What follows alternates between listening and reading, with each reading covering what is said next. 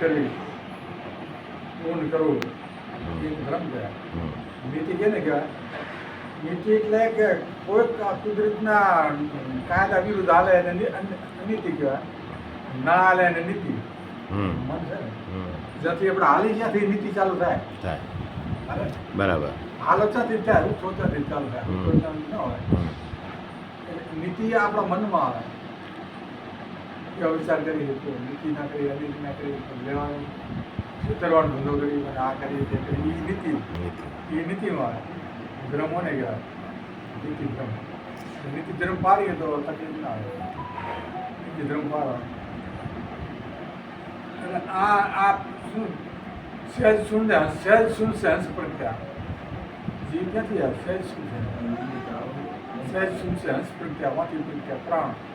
પ્રાણ થકી મન પ્રત્યા, મનથી પગથી વાણી. એટલે પ્રાણમાંથી મન થયું, પછી મનમાંથી વાણીના, વાણીથી વ્યવહાર આવે. બરાબર છે. વ્યવહાર છે ને ભાઈ, વાણીથી જ નહીં. બોલી તો કામ થાય ને, વ્યવહાર કરે. મનથી મન કરે આવે એવું લાંબુ બધા સમજે.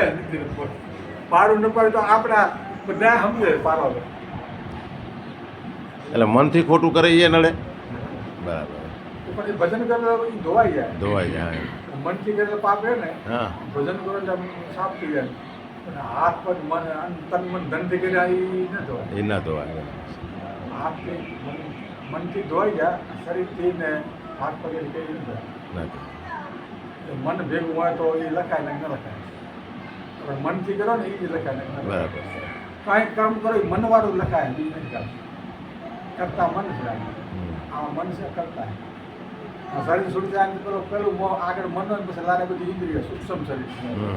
આ ઇન્દ્રિય બધી ભેગી હોય, મોર મન હોય. મન શું કાર્ય કરતા મન છે. આખી જિંદગી આપણે કર્યું આ છેલ્લે આવીને ઘૂરે. આપણે આખી જિંદગી જે કંઈ કર્યું ને એ મનમાં આવીને ઘૂરે. એટલા માટે આપણે ભક્તિ ભગવાન નામ લઈ તો છેલ્લે એમાં આવીને ઘૂરે. નામમાં અંતે ભગવાનનું નામ યાદ આવે. ત્યાગમાં ગયા તન મન ધન ધર્મ પરમાત્મા છે આપણું નહીં. બરાબર. એમાં મને આવી ગયા તો એની ગતિ થયા તો મારું કામ કર્યું શું કરશે ને આ શું કરશે એમાં મન છે તો અધોગતિ ગયા. એટલે છેલ્લે ભગવાનના નામમાં મન, ભગવાનના નામમાં મન રાખે.